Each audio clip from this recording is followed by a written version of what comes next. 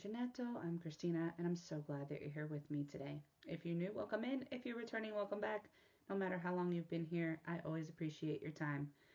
If you are new here, please feel free to subscribe and click the bell, the little filled in part, so you get all the notifications for any time I upload a video, have a live, post on my community tab, or anything else related to the channel.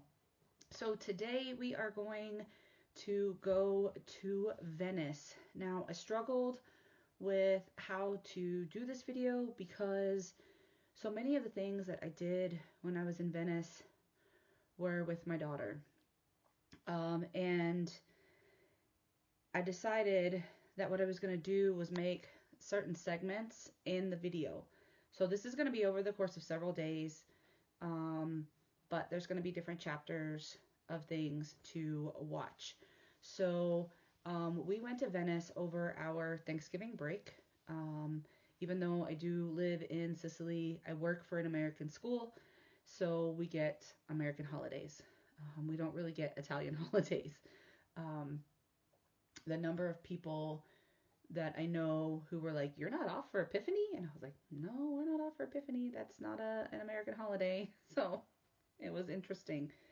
But anyway, we did some touristy things in Venice, and some were a little bit more family oriented. My chair is sinking. Hold on just a second, you guys. So, we did not really go to any of the cathedrals or anything like that. My daughter and I did go to one museum, but that'll be a different video. And then we walked around a lot. So you're going to see a lot of window shopping. There were a lot of beautiful, beautiful things. There were several shops with glass making. Like, they weren't making glass, but they had made glass. And then, if you haven't seen, I have a video where we went to Murano, Burano, and Torcello. And in that video, there is several segments of actual glass blowing from a glass shop in Murano. So that was exciting to see, and the glass is all over. Like, you can't turn around in San Marco Square without seeing shops with glass. So, and then of course the masks were everywhere. Oh my goodness, there were some amazing ones. I only wish that we could have bought some, but we only had our carry-on suitcase. So that's one of the reasons why it's so cheap to fly, is we don't take much. So we pack literally what we can carry, and that is it. So we do leave space for things, but we can't really ever get anything really big, which is nice, but also kind of wah, because there are things I'm like, oh, I would love to have that. But then when I get home, I'm like, where would I have put it? Do I really need it? All of those questions. That doesn't stop me from wanting it though, right? So, as I'm talking, there are going to be pictures that are on the screen. When we got back from Burano and Torcello, the islands, it was nighttime, and I took some pictures of course, the different streets or canals. They're not streets. They're not roads. The canals at nighttime, and we got to San Marco Square, and there was a beautiful Christmas tree, all lit up, and of course we took pictures. And then I had found out about a yarn shop that I wanted to go to, and of course I looked it up beforehand because I was like, there's bound to be one, right?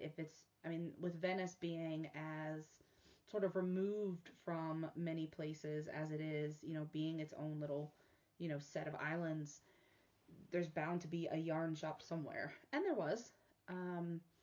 And so we were walking, and I like to take pictures of the windows to see things that are in the shops, but then I also take pictures of them. So in case I get turned around, I can look back and say, okay, what was the last picture that I took? And I can look at the name of the shop. I always try to get the name of the shop in there, if I can, or like a street name or something. So sometimes you'll see pictures of street names just because I think they're cool. And then sometimes you'll see pictures of street names because that's how I keep track of where I'm going. Because sometimes, depending on where you are in different cities, your GPS signal doesn't work. And I've had that happen to me a couple of times. And so I've needed to make sure that I can find my way back. So I will take pictures of things a lot of times to make sure that I can find my way back. I'm like, oh, okay, let me recognize this shop and let me recognize this shop. Because I am horrible with like north, south, east, west directions. I don't have that internal compass. I know there are a lot of people that do. I don't have it. I don't. So I try to find other ways to compensate. We did make it to the yarn shop. It was called Lellabella. And it wasn't a very big yarn shop. We did struggle a little bit getting there because you have to go over bridges when they're you're crossing the canals, and there's this little piazza, and there were two bridges, and the GPS said to go the one on the right, and we went, but it was like dark. I mean, there were no lights down there, but the one on the left, there were all kinds of lights. And my friend and I were talking. We even stopped a lady to ask, and we walked down. We ended up going down the dark alley because that's where the GPS said to go.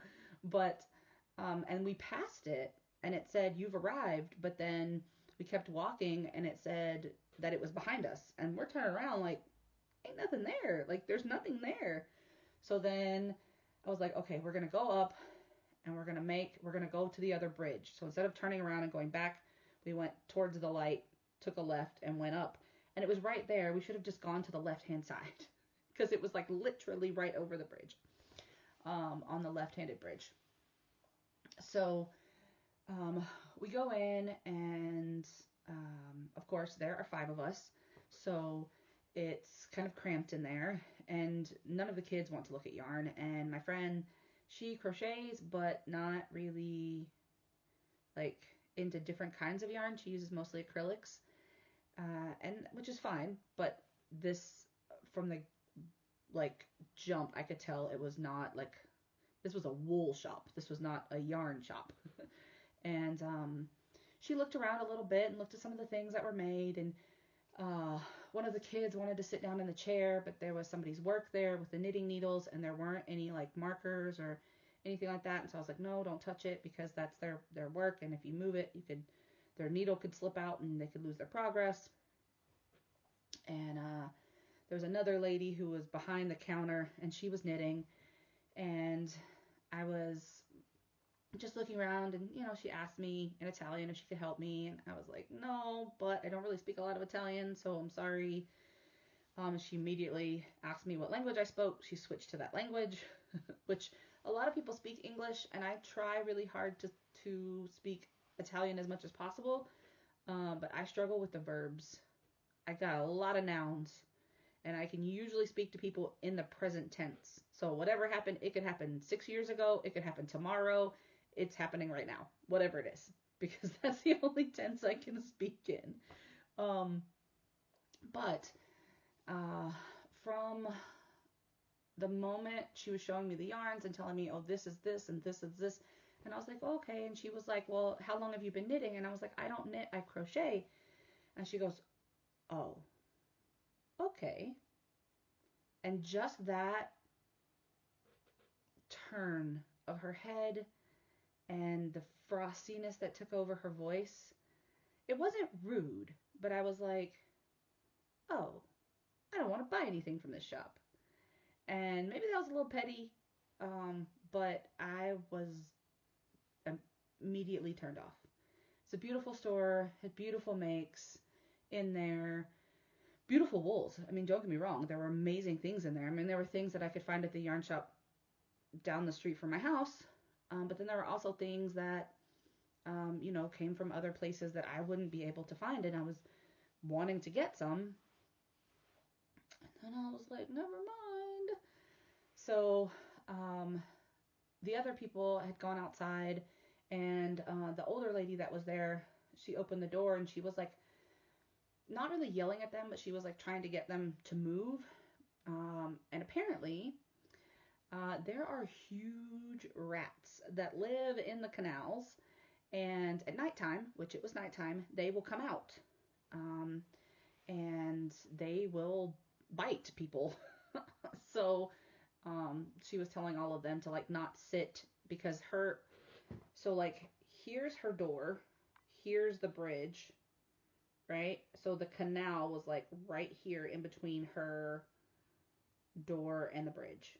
I mean, if it rains too much, her store gets flooded, I'm sure. Like, I'm absolutely positive. If it floods right there, her store is flooded, because there was no barrier between the water and her store. Like, it was right there. So that was a little like, and so I made a little bit more conversation and then politely excused myself and I left. But if you are in the market for yarn, maybe your experience will be different than mine if you are there. It is Lellabella. I have included some pictures. It's very beautiful. Definitely go and check it out. And if you knit, she's got everything you could ever need. If you are a knitter, she's got everything. She's got needles, she's got markers, she's got all different kinds of yarn. She's got all the things, right? It just wasn't the shop for me. And that's okay, because I obviously have plenty. So the next thing that I want to talk about was a mask making class that we took. So, like I said, sorry, I have something on my glasses. It's on the other side. My friend and I, we both had our children with us, so we did more kid-friendly activities, and which was beautiful. Like, I loved them. And this mask making class, like, you signed up, and since there were 5 of us, there could only be 8 people in the class. So we tried to find a time that didn't already have like a certain number of people, and then so we could all sign up as a group. And I loved the place that it was in. As we walked, the person greeted us, because we were called the day before. Was it the day before? I think. Because if you go back to my video on the islands, I was telling you that the main reason that I went to Venice was because my bisnonna, the one who taught me to crochet, was born there. And I wanted to go to the Ufficio di Anagrafa, which is like the birth records place. And I mean, they have other records there too, but it's kind of like a records office. And they, to get like a copy of her birth certificate. And we got a call the day before when we were on the islands that there was going to be a strike, a transportation strike. And it was going to start at 9 a.m. and it was going to go all the way through until 5 p.m. And so the only things in Venice itself that we were going to be able to do was get from one island to another where there wasn't a bridge. And thankfully, because otherwise it was going to be like a lot of like walking up and down trying to find the right bridge to cross the right place to go to where we needed to go. Because that happened a lot when we were walking around, like when we were looking for restaurants, when we were looking for different places. You would have to go find the bridge and then go back up to go because there wasn't a bridge right where we could see the place, but there wasn't a bridge to get there. So we'd have to walk down, take the bridge, go back up. But this mask making place was on a separate island. Let me see if I can find the name of the island really quickly. But as we were on the islands, we got a call about the transportation strike, and then so we had to get to Venice pretty early, so because we were staying outside of Venice. So we had to get to Venice pretty early and then go on the water ferry, which again, thankfully, like I said, was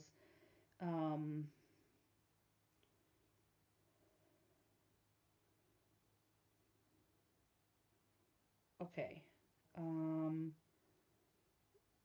I'm gonna say this wrong. Giudecca Palanca? Giudecca Palanca, that's the name of the island. Or that's the stop where we had to get off on the water ferry. They call them vaporettos, but it's a water ferry. Because they don't have taxis, right? So you have to go from one place to another by boat. And then we went, but we got there a little early, obviously, because of the strike. And that was interesting because that day was also the day that I was supposed to go to the Anagafa to get the records. Well, what they didn't tell me, the lady on the phone, I mean, she didn't know, but that the strike was all government offices. So because the city of Venice, the ferries and things like that, they were all like operated by like the government.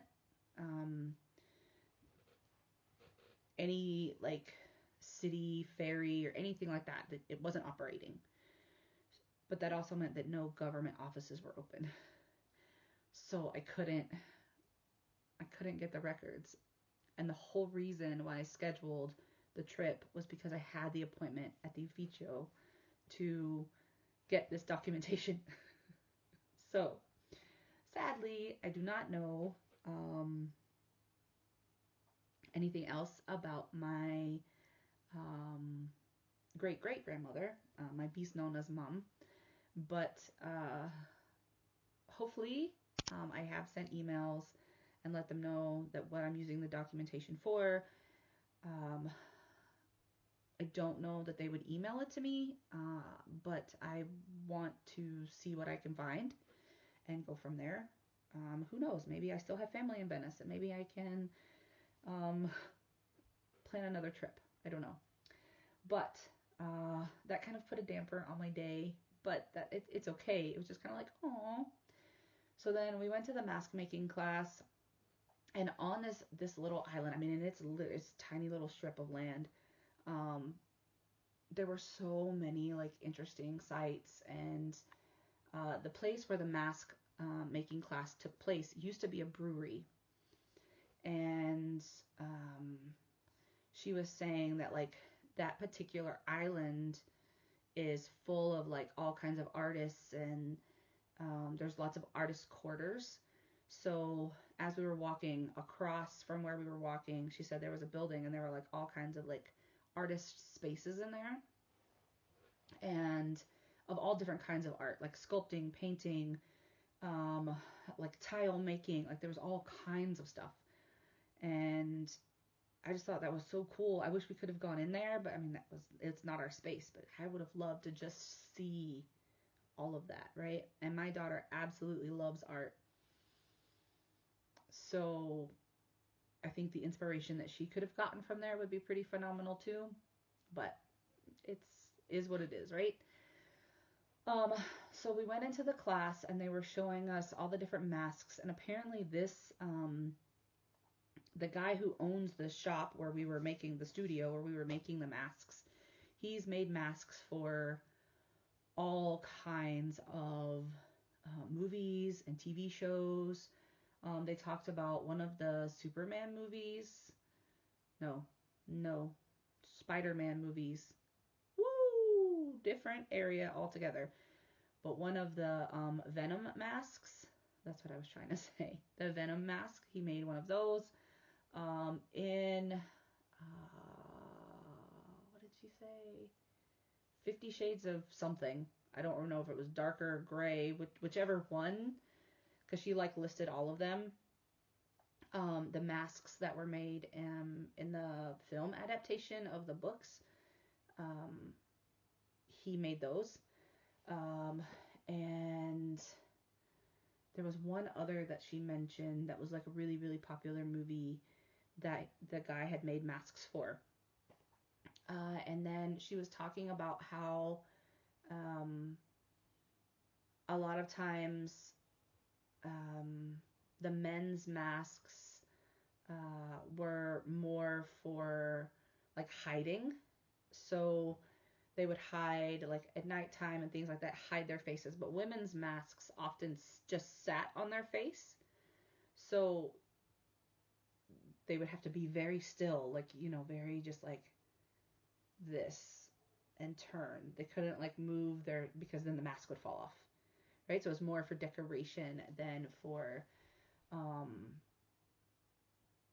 actual like disguising. And then she also showed us the big long like beak masks, and she talked about how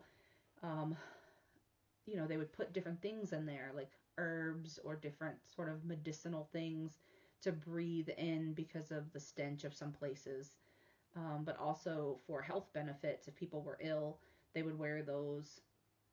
So there are all different kinds of reasons for masks back then. Not just parties, not just like a masquerade ball or something, right? There were different, various reasons for things. People who would want to meet in secret, they would wear those masks of different shapes and sizes, and they would be very decorative. But the most interesting thing is a lot of them were really only two colors. That's the traditional style. And so that's what we were allowed to do for our masks. Ours are very malleable, so you can kind of bend them. And she said, like, if you were to wear them, like, to a party or something, that eventually it would kind of mold to your face because the pressure would kind of push in the pieces of the mask, and so it would eventually fit your face really, really well. And so they had all different kinds of masks for us to choose from, and then all these little bits and pieces that they would glue to your mask. And it was hot glue, but it was a very like rubbery, stretchy kind of glue. It wasn't just like, oh, we're gonna put a dab. I mean, this glue, it took a minute to dry, and then you got to pick your base color and then your accent color.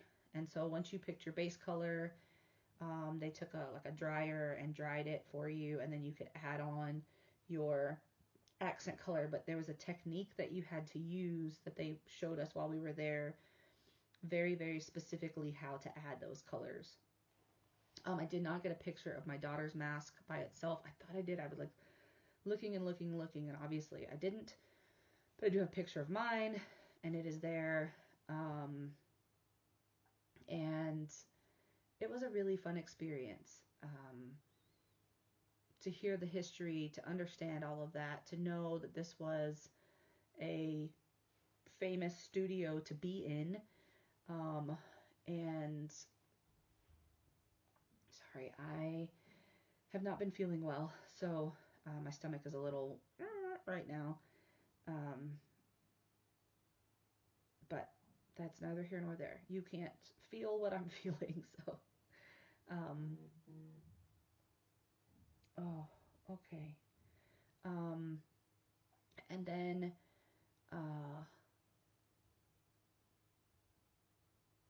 we cleaned up from that, and then we walked around some more, and different sites, different things. I mean, there were just so many, many things that were just amazing to see.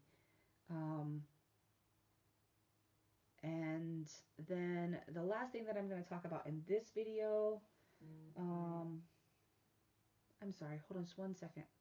That's about Nero. Hold on, guys. Okay. So the last thing that I'm going to talk about here is the gondola ride that we took. So not the same day that we did the mask making thing, but a different day, we went to a museum, which is going to be a separate video. It's the Peggy Guggenheim Museum. It was awesome, and I will share that later. But then that afternoon, we met up with our friends to do a gondola ride. And we booked, again, a group gondola ride. Because we were 5, we booked a private one. I mean, it wasn't really private other than the sense that only really 5 or 6 people can fit on the gondola, in addition to the gondolier. So you have about 6 or 7 people on there. And then, it's just your group. So if you don't do the private one, then you're riding with who knows who. Which would have been fine, except for we all wanted to ride together. Like, that was kind of the point. So we got in, and one of my colleagues' kids was kind of struggling with, like, getting down. She was kind of freaking out a little bit. And the gondolier was very rude. He was talking in Italian to the guy that was on the dock trying to help her, and he was saying, like, rude things about, like, the child and the mom and the this and the that. And I turned around and I just looked at him and I said, "Capito italiano? No, non bene." And I mean, that's not, like, clear, but I was like, I understand you. This is not good. This is not nice. Like, stop, you know? And his eyes got really, really big. And I took note of the number of the gondolier that we were, or the gondola that we were on, and said something later. But after that, I mean, he was pleasant. Like, once he realized that, like, you can't talk under your breath and be rude, he, like, turned on the charm. He was pleasant. It didn't help, though. Like, I was kind of like, oh, I don't want to ride with you. But we were already on the boat. Like, we couldn't really do anything. If we got off the boat, that was our ride. That was it. And it was a 30-minute ride. We went down the Grand Canal, and then we made a turn and another turn. So basically, we made like a square. So we went down the Grand Canal a little bit. We turned, and so that we were making it back to the dock. And it was really interesting to see Venice from that perspective, because you are very low. I mean, very low to the water. I almost said ground. You're very low to the water. You have to keep your hands inside.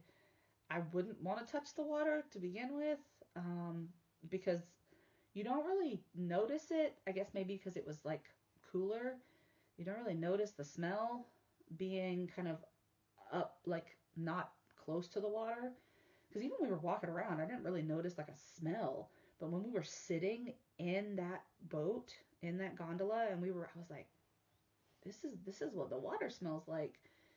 And I know a lot of it has to do with, like, the gasoline and all of that. And then, you know, it's not cleaned very often. It's not like, I mean, it's ocean water. So, but, like, as it's going through the canals and stuff, it's not the cleanest of things, right? So, but it was interesting to see all the little slips that people had and businesses had for their boats. I talked about this in another video, how you can see where things have flooded over time, and a lot of people, their first floor is where they have, like, their boat, or it's like a walking area where you go in and then you go up the stairs, because everything floods at various times. So then you need to have that kind of security where it's not going to get up super high, hopefully, right, to flood, and you lose your home. But it was a beautiful day. It wasn't really cold. Overall, the gondola ride was pleasant.